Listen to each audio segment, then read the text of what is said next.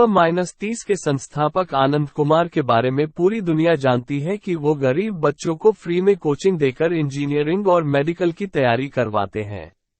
लेकिन आनंद की तरह ही हमारे देश में अन्य लोग भी हैं जो अपने अपने स्तर से समाज के बच्चों के लिए कुछ बेहतर करने की कोशिश में लगे हुए हैं। आज हम एक ऐसे शख्स की बात करने जा रहे हैं जो गरीब बच्चों को जीवन में कुछ अच्छा करने का मौका हासिल करने के लिए उनकी पढ़ाई लिखाई, खाने और रहने का खर्चा उठा रहे हैं। जी हां, हम बात कर रहे हैं हरियाणा के सोनीपत जिले के रहने वाले अमित लतिया की, जो 2010 से दिल्ली पुलिस में एक कांस्टेबल के रूप में नियुक्त है। अमित पिछले 7 साल से गरीब और बेसहारा बच्चों की पढ़ाई में मदद कर रहे हैं। अमित लतिया बताते हैं कि बचपन में उन्होंने पढ़ने के लिए बहुत सारी समस्याएं झेली है। आर्थिक अभाव के बीच किसी तरह उनकी पढ़ाई पूरी हुई। कोचिंग के लिए पैसे न होने के कारण ही वो पार्ट टाइम नौकरी करने लगे थे। वो हमेशा से देश की सेवा में जाने की इच्छा रखते थे और इसलिए वो दिल्ली पुलिस में भर्ती हो गए। हालांकि इसके पहले उनका चयन चंडीगढ़ पुलिस में भी हो चुका था और उन्होंने चंडीगढ़ पुलिस से इस्तीफा देकर दिल्ली पुलिस की ड्यूटी ज्वाइन की। अमित लतिया बताते हैं कि उनका लक्ष्य दूसरों के लिए कुछ करना है। अमित बताते हैं, उन्हें समाज सेवा की भावना उनके पिताजी से मिली। वो एक प्राइवेट स्कूल में पढ़ाते थे और उनकी तनख्वाह से परिवार का गुजारा मुश्किल से होता था। एक वक्त के बाद अमित लतिया और उनके सभी भाई अपनी पढ़ाई की जिम्मेदारी खुद ले लिए और काम के साथ साथ पढ़ाई करने लगे। अमित स्पोर्ट्स में भी अच्छे थे, लेकिन वो हमेशा से पुलिस या फौज की नौकरी करना चाहते थे। दिल्ली पुलिस में नौकरी मिलने के बाद वो अपनी इस सोच पर काम करना शुरू किया और गरीब बच्चों की पढ़ाई का पूरा खर्च उठाने लगे।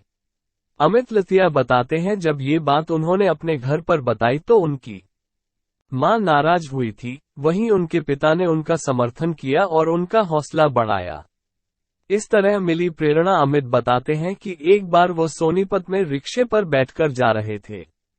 उस रिश्ते को 17-18 साल का एक लड़का चला रहा था। अमित लतिया उस लड़के को कई बार फौज की भर्ती के लिए होने वाली दौड़ में देखा था।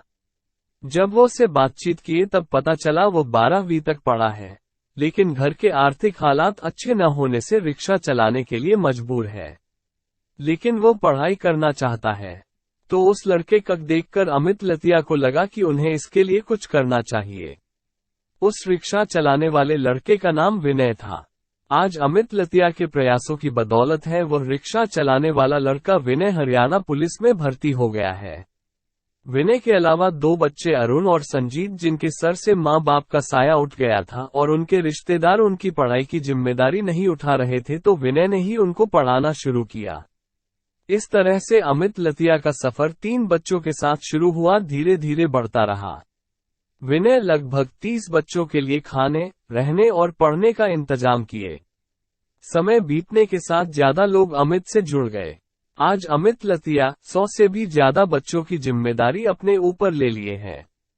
उनमें से लगभग 30 बच्चे विभिन्न सरकारी नौकरी में विभिन्न पदों पर तैनात हो गए हैं। विनय फिलहाल में 25 बच्चों को पढ़ा रहे हैं। इन बच्चों के लिए वो सोनीपत में एक किराए का घर लिए हैं।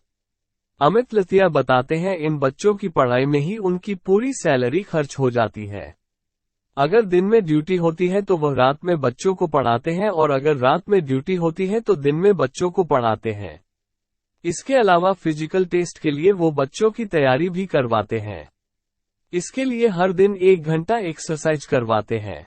अमित लतिया का लक्ष्य ज्यादा से ज्यादा बच्चों को आगे बढ़ने और नौकरी हासिल करने में मदद करना है, जिससे उन बच्चों को कमाई करने का स्थायी साधन मिल जाए और वह भी अपने परिवार की स्थिति बदल सके।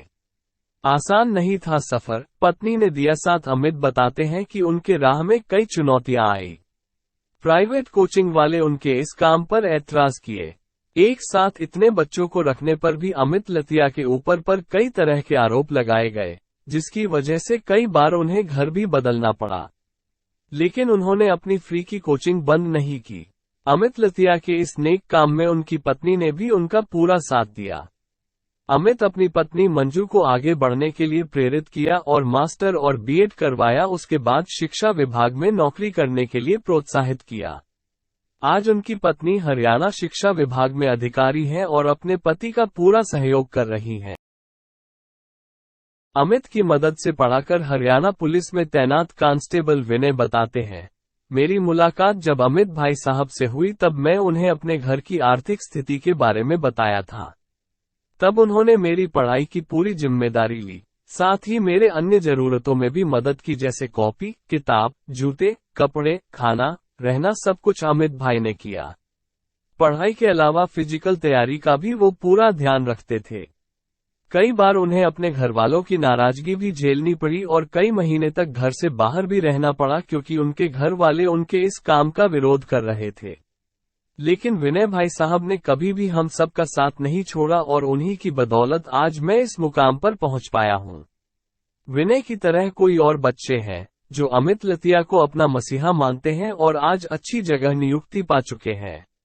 अमित की पढ़ाई, एक अन्य लड़के संजीत को भारतीय फौज में, एक लड़की पूनम को हरियाणा पुलिस में बतौर कांस्टेबल के रूप में नियुक्ति मिली है। एक दूसरी लड़की संगीता भी सब इंस्पेक्टर के पद पर तैनात है। आज तक अमित लतिया ने कितने जरूरतमंद बच्चों की मदद की है वो खुद भी नहीं जानते हैं। अमित लतिया का एकमात्र उद्देश्य है बच्चों को संसाधनों के अभाव में शिक्षा और अच्छी नौकरी से वंचित न रहना पड़े और पढ़ लिख कर उन्हें अच्छी जगह काम करने का मौका मिले।